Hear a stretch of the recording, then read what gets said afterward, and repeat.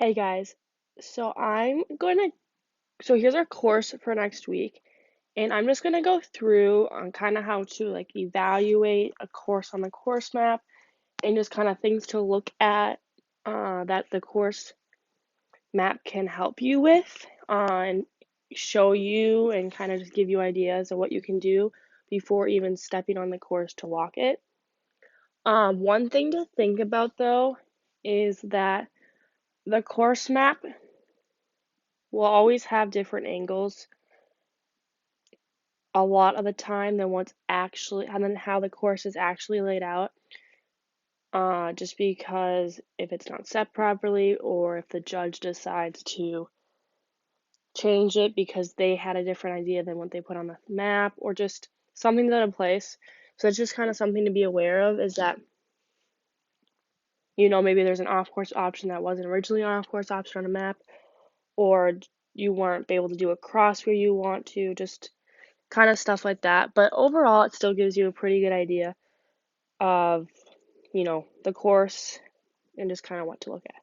So I'm going to go first and I'm going to draw the dog's path just so we have an idea of where the course takes us.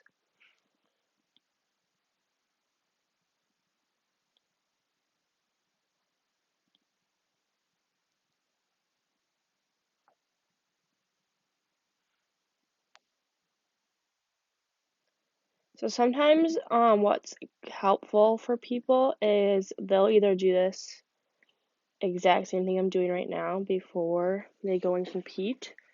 Another thing you could do is like print it off too. It's just easier for me to do it on here, so I can record it and make a bunch of different scribble lines. So, yes.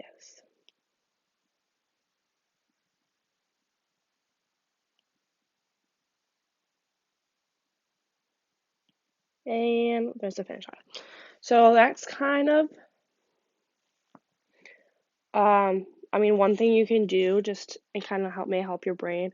I see a lot of people do this at trials, just because it helps them. Some of you might look at this and just think it's making you more confused. But this is kind of just helpful to see the dog's path as well as just where the course goes and how it flows and kind of the different angles you want to take, or maybe the different, like for a wrap, some people might wrap to the left or to the right. So that's like one option you could chose if you're like drawing it out. Another thing when you draw out something like this is some people will mark like lead changes, for example, or might mark when they want to do a cross. And I'll go through all those different options, but I kind of just want to show you what I mean by that. So when we're looking up in like kind of this area, you'll see that there's like your dog could be on your right here, and then you are switching to a left side. So here's like a lead change. So sometimes it might be helpful for some people to see the different colors. Here's another example that this could be. So this is just one thing that might be able to help you is drawing out this or drawing out the lead changes, or maybe you want to, you know, X a spot. You're going to do a change or whatever. I just want to kind of show you that one idea. So I'm going to go through the course and just kind of show you everything that comes to mind, things you can look at. So to start off with, first, the start line. Start line stay. Basically, like where to position your dog, things to be aware of. So you're going to put your dog obviously somewhere over here.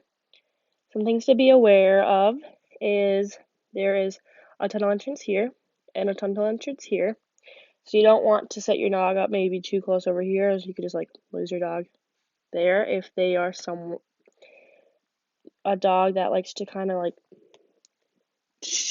try to pick which obstacle they could take from the start. The other thing about setting your dog up over here, even if you're gonna put this direction, is that you're setting them up right into, okay, that was kind of a bad, there you go, but the idea is the A-frame is right in front of them. So if your dog likes contacts and if someone that just likes contacts, I would maybe suggest, not doing that, just because if they decide to, oh, I'm just gonna, go up here, well, then there's a wrong course on obstacle number 1. Another thing is you don't want to set your dog up too much this way. If your dog is really good at choosing lines, because they lock on to this second jump before you even release them. So you don't want to put your dog, too far looking that direction, otherwise you could easily lose them. And there's another off course right from number 1. But one thing to think of, and even kind of here, it's just kind of the same thing. You can still kind of see it. One thing about being in this area here is it's a straight on jump instead of a slice jump. So some dogs are better just, going straight at a jump. The best scenario or the safest approach probably would be kind of around this area where you set your dog up right into this kind of like a random space, but once again, they could easily approach this way, they could easily approach that way. But still, there's the most amount of space to not get an off course. And I mean, even if you were to go a little bit over this direction too, they still at least don't really have the off course option unless they really want to go out of their way. But I think you just don't want to go too far this direction because that jump is straight on. So I'm going to set my dog up probably about here, let's just say. And so then the next thing is, where do you want to be? So you can either run with your dog this way to, get some good speed going over this jump. Switch colors. You could run with your dog this way and then do a lead change or cross here to go this direction. Another thing you could do is you could just like kind of start either right here or even a little bit this direction, and then you want to make sure that your shoulders and your arms and your eyes and your head are kind of all looking down at where you want your dog to land, so that way they take this jump going this way instead of coming right at you. So then those are kind of just the 2 main points I would probably say. So then once your dog decides to land and then kind of get going this way, you then have the choice between 2 to 3. So your dog decides to take number 2 and go into number 3. Now for a handler, you can either, kind of go with them and go up this way to the dog walk, or you can send them into the tunnel and then take off this way and layer number 15. But once again, it's hard to kind of understand how much space is really there to layer.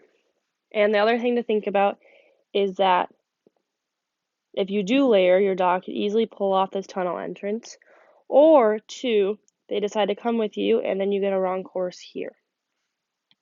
Another thing to think about is if you are deciding to go this way, is you are going to be way ahead of your dog and be all the way up here when your dog is here, and if you do not connect coming out of the tunnel, then you might have your dog come with you and completely miss the dog walk because you're just deciding to run forward instead of connect with your dog. So those are probably the 2 different options as a handler you have to pick from, of either going inside to the jump or sending to the tunnel and then getting out of this area. So then once we have the dog up and over the dog walk, they're coming through here. We have a few different options. So There's kind of a space to do a few different things. So most of you guys have stopped contacts, and even if your dog has a slightly stopped contact, you still have some space to do a front cross here. So I'm assuming all of you guys will be coming down this way. So you either can, one, do a front cross and then come on this side, or two, you just kind of pull your dog out in front of you and then kind of do a rear cross and then send them over this jump into the tunnel. Some things to think about is that if you decide to do the front cross and come over here, you are then being really deep into this pocket to come support 7 and then 8, which is totally fine. It's just obviously you're not going to be able to get here for your next cross, and you're probably going to have to do it, in this area, where if you were to stay on this side, you can come here, handle this, hopefully center the tunnel, depending on kind of how it looks, not get stuck behind the dog walk, and then either come out here to do a cross, or, just stay in this area and get across here to go into 7, 8, 9. So those are two things, once again, to think about. So then the dog, is coming out of the tunnel. We go 7, 8, 9. So I kind of showed already. I'll show a few different options. So first option is you guys can come in here and do a front cross, or you could do a blind cross right here. Another next option is you could do a front or blind up here. Or you kind of just, stay back in this area that you were and don't really move and just kind of call your dog out of the tunnel. Support number 7, and then you can just rear cross. You'll be here, and you kind of just rear cross your dog over number 8 into the weaves. So those are the different options we could do for that. One thing to think about though is it depending on where you're doing your cross, especially if you're coming in here to do it, to go this direction, depending on how you do your cross and how late you are being in this area, if you're running this way as your dog is coming out of the tunnel this direction, and they see you going this way, you could easily send your dog to the A-frame for some reason. Even they should be coming out to the left though, because you are over here, so they should be coming out looking for you that way. But since you're running this way, and if you step into their path, they can kind of go off to the A-frame. But obviously, kind of just depends on where the tunnel is looking on the course. Another thing is this jump is straight in front of them, probably. Another option is they go out to here. And then another option is, they come on nice and tightly and they miss number 7. Or you do the cross and then you don't step back into 7 and they come out and miss it on the other side. So that is something to be aware about. So back to the different cross options. So we can either be in this area, do a front blind or rear cross, or we can come in here and do a front or a blind.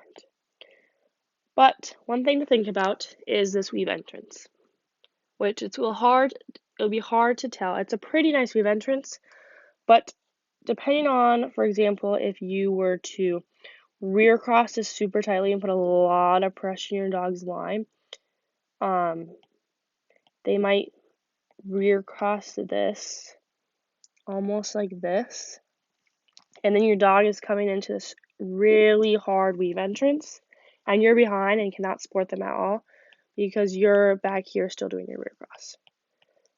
So that's something else to be thinking about, especially between your dog, is do you need to be shaping this and being up here to give this a nice straight on weave approach. Or can you kind of just do your thing and just tell your dog, be up there to tell your dog to weave.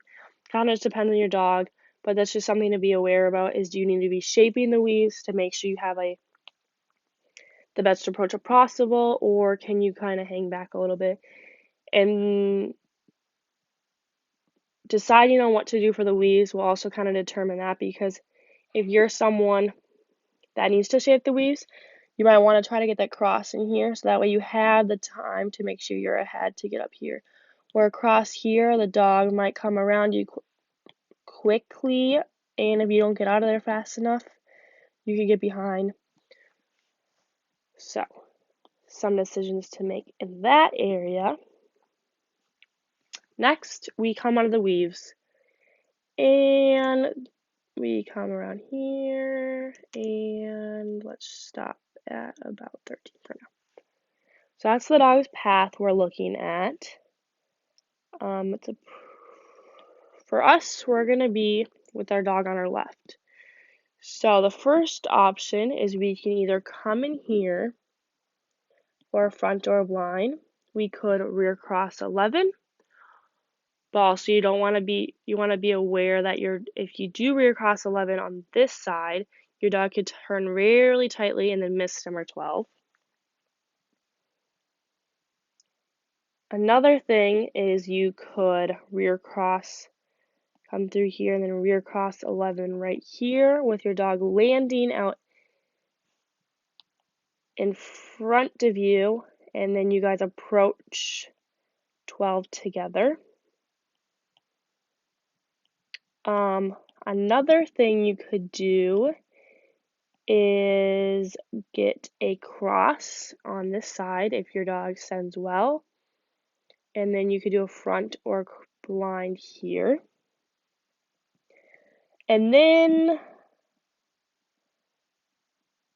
however, whatever happens, you're then approaching 12 with your dog on your right. So I think the best scenario I would say is to all try to get a front or a blind in this area. Depending on how it looks, because right now there seems to be a lot of space, or even if you come out here, you shouldn't have to lose your dog, but once again, you don't really know the angle. Are they going to see this when they come out of they can see the A-frame? Is the tunnel closer than we think? Is this jump closer than we think? We don't really know, which that's something where it's hard. But I think a great thing would be is to get a front cross in here, because that way we can then approach 12 easier, because you can kind of help. But one thing is if you do a cross in here, if you do it too tightly, you can push your dog to the back side. So letting them come out and land isn't such a bad thing, even if the cross is a little bit late, just because it will make this nice and wide, and it'll make a really good approach coming into number 12 or 11 and into 12. So now we're going to go up into the A-frame. So there's two different ways we can approach the A-frame. We can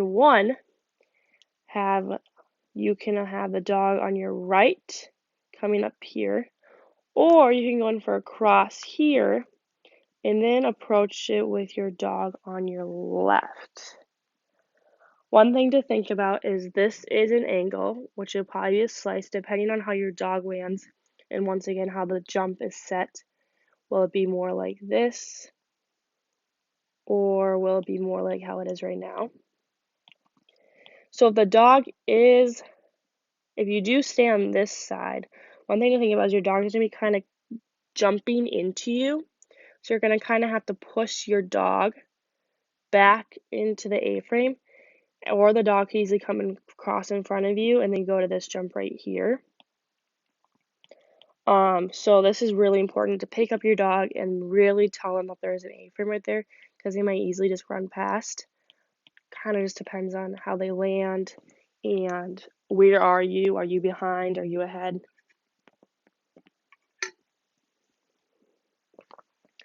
But then also, if we look ahead to number 14, is you guys are all going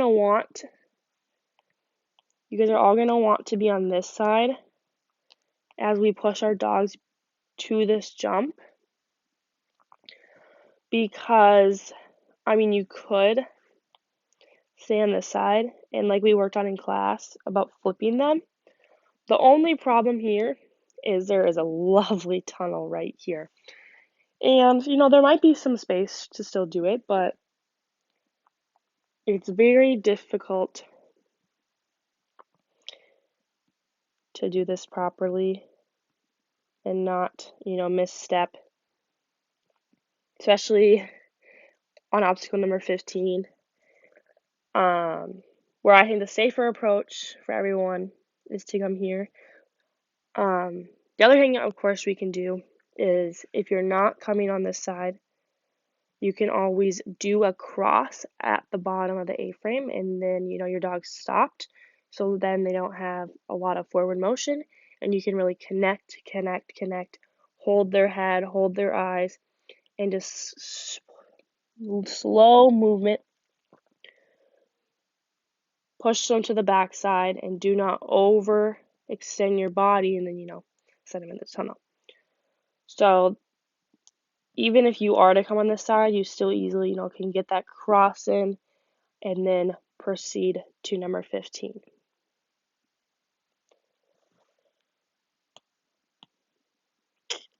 Okay,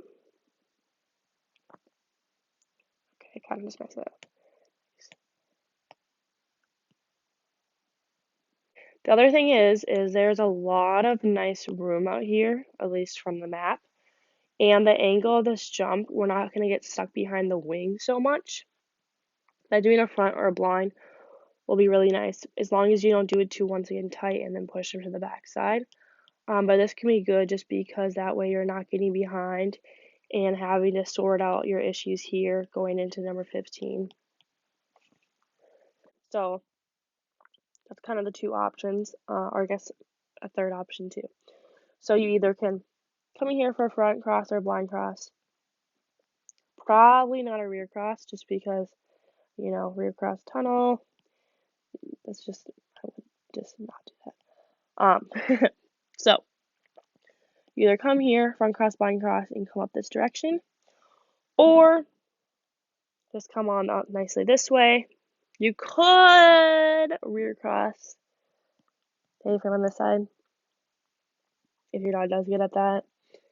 But also, you might kind of be ahead going into that, so it might just be really awkward if all of a sudden you just, dead stop right here, and then your dog's like, what are you doing? And then, jumps off the A-frame or something like that. So, it's obviously an option, especially if your dog's really good at doing the rear crosses on the equipment, but most of you are either going to come on this side or come on this side, and then I would do your cross here. And then we all progress doing the push together here and coming to 16. And it's important to think about, like I mentioned earlier, is coming here. You want to drive right to here. Don't block the wing too much, or you want to leave the wing open, but so that your dog sees what the obstacle they're going to, but you don't want to leave the area where they can jump over the bar. So you just want to show them this wing here, so we know they're going to jump instead of going into the tunnel. The other thing that's important is you keep your hands low. Look where you want your dog to go with your eyes, and just proceed with very small movement, as well as connecting with your dog. Connect, and peacefully send them over the jump as possible. So, Hopefully we all got them over the jump. Woo, into 16, 17, and here is, let's go to 18, shall we? Okay, so here's kind of the same scenario as the beginning of either we, come in here and go into 19 like this, or I would say that's probably the best bet, just because this is such a big, you don't want to lose your dog. Or for something, I mean, depending on how far the tunnel is, or from the jump or positioning, or if one's more here or here for some reason, you could layer one to get up to 18 better. But I think probably the best bet is to just come in here, or even kind of get on this jump as best as possible, and then try to really get out of there and position yourself best up for 19. But that's kind of just, I mean, those are the two options, but that's just kind of have to figure that out day of. Okay, so now we're going to decide what to do for us between 17, 18, 19. So the dog is coming out of the tunnel. Boom, boom, boom. We're probably all, well, I guess another option too. Once again, just depends on how the jump's angled, and how far ahead you are, is you could also come around here, do a cross right here, and then push your dog back into the tunnel this way. But once again, you really have to get around this wing, and then you have to step back into the tunnel, so that way they don't come either, going up this way, or you get behind, and then you send your dog over to this jump right here. So I guess there's another option for that area for us handlers. But anyways, so some off-course options for the dog is they go to that jump, you do a cross and you send them over this. You get too far ahead and the dog doesn't want to take the tunnel because you have to rear cross it. So those are just kind of a few different issues to be aware of. So let's just say, for us handlers,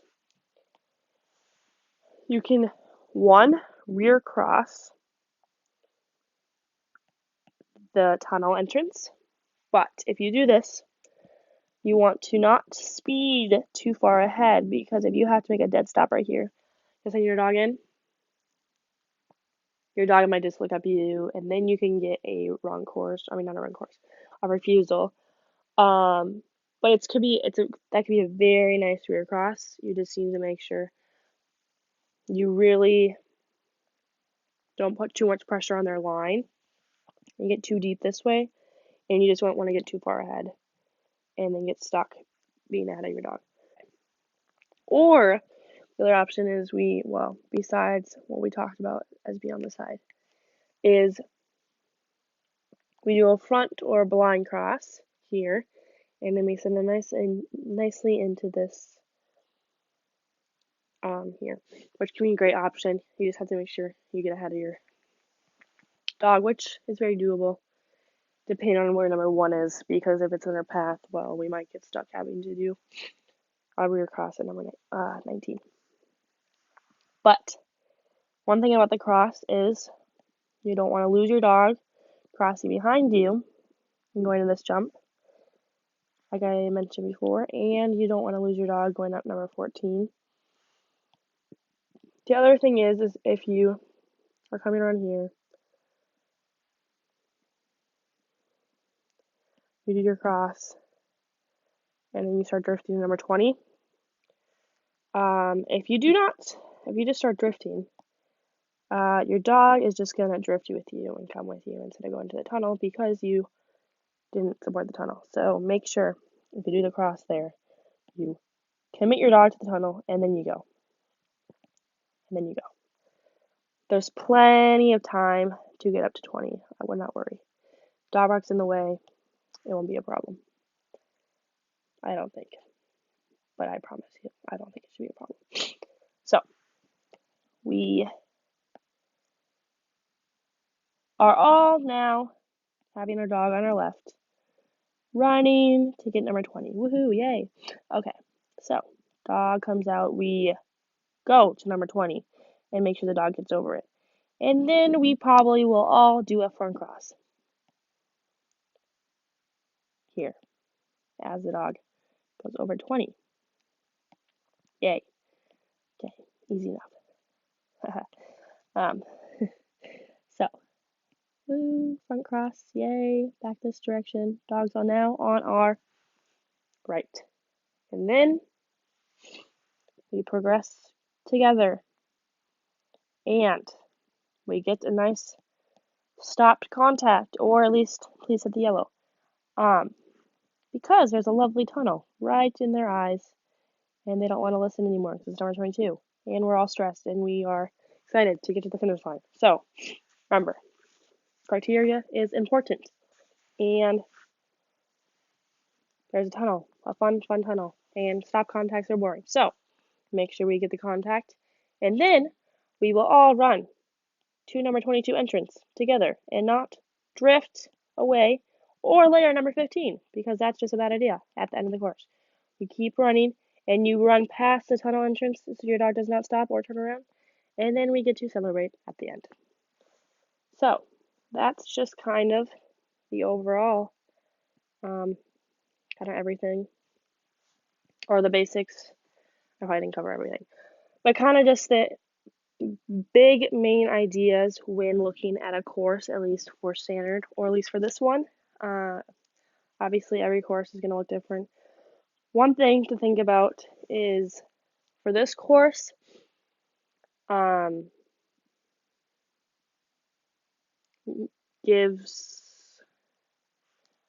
feel like for most of the areas, you are kind of forced to do crosses at certain points.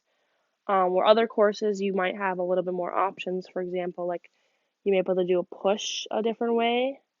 But really, for a lot of us, it's just going to be a push this way. But for other courses, you might be able to go this way, or, you have to kind of choose those things. I mean, if we wanted to, like we talked about in class, at least for 15, is the dog is going like this. We practice this where you're here, you turn them, and then we go together. It's just, once again, like I said, the tunnel is, right there. I just don't think it's a good idea. But, I mean, I guess that gives you options. So, and you have, I think one of the biggest options is probably, this area and then coming around here. But, yeah, now I'm kind of just repeating myself. So, if you have any questions, let me know. If you have questions about certain spots in this video, you can always, be like, oh, between minute 2 and minute 3, I did not understand this, or, blah, blah, blah, blah. Just let me know. Hopefully this helps. So, yeah, goodbye.